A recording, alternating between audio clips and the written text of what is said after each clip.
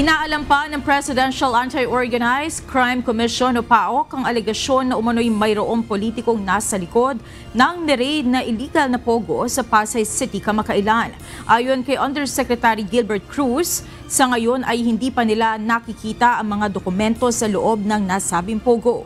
Kailangan pang mag-apply ng bagong search warrant para siyasatin ang loob ng mga computer, cellphone at mga dokumento sa loob ng niraid na pogo.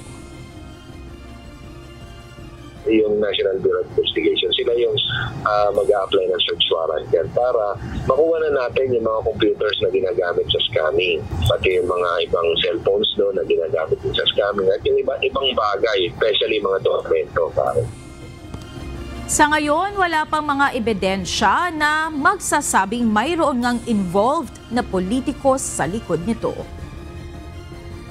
Siguro, malaman natin once na nakuha natin yung mga dokumento. Pero, siyempre, sa ngayon, talagang focus lang muna kami dito sa mga nahuli namin ng mga foreign nationals. Bantay sarado naman ng mga tauhan ng PAOK ang nasabing illegal na Pogo Hub.